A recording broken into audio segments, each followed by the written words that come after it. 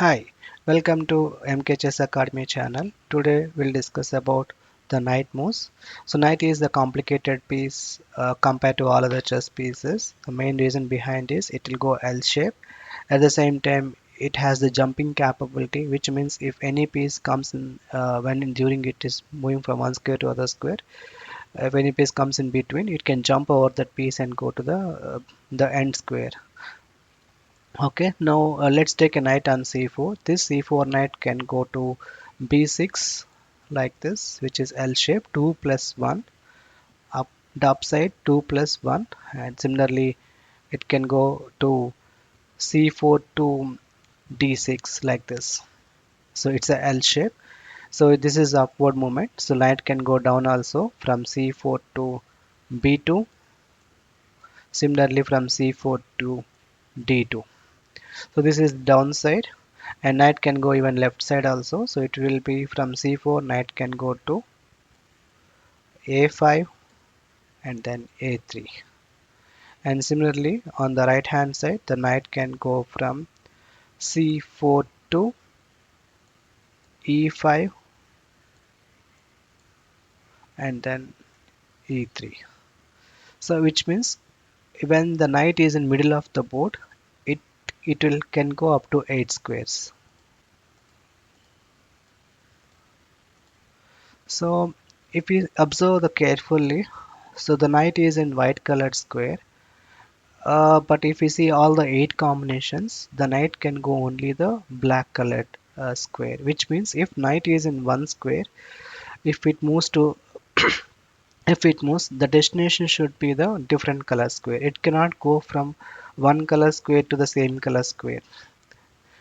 Okay, let me explain one more time. So the knight on c4 can go to b6 in the L shape like this, and it can go to d6 like this, and similarly if it downwards it can go to b2, d2, and it can go to a3, a5, it can go through e3, e5. So these are the squares it can go. And so one more time, if we observe carefully, this knight is on white colored square, but the destination it can go is only the black colored square, which means the knight can go from one color square to other color square only. It cannot go from one color square to the same color square. Now let's see how the knight on e6 moves. Okay, the knight on a6 can go to, if we take the upward direction first, it can go to d8, f8. If we take downward direction, it can go to d4, f4. If we take leftward direction, it can go to c7, c5. If we take right hand direction, it can go to f5, so g5 and g7. So you can see, right, if the knight is in white colored square, the destination will be the black colored square. Similarly, if the knight is in black colored square, the destination will be always the white colored square.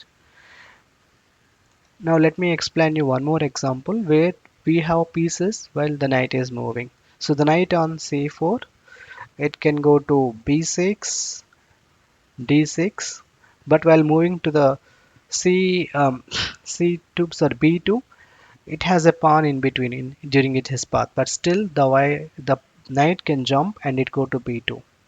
The same applies, like while going to d2, it has a pawn, so the knight can jump and it can go to d2.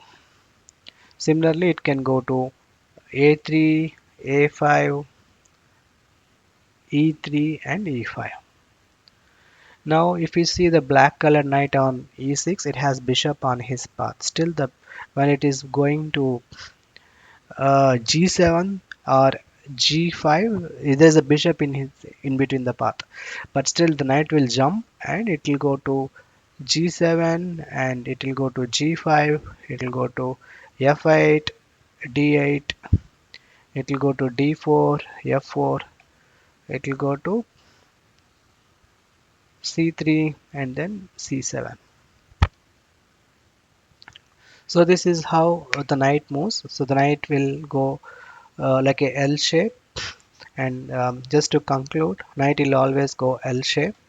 If knight is in white colored square, the destination will be always black colored square, the vice versa. Like if knight is in black colored square, the destination will be always white colored square. Knight cannot go from one colored square to the same colored square. And when during night is moving, if it finds any piece in between, it can be the same colored piece, it can be opponent colored piece, still the knight can jump and it can go to the destination square. And thanks for watching the video. In the next session we'll discuss about how the king and queen moves. With that we will be done with most of our basic concepts. Thank you.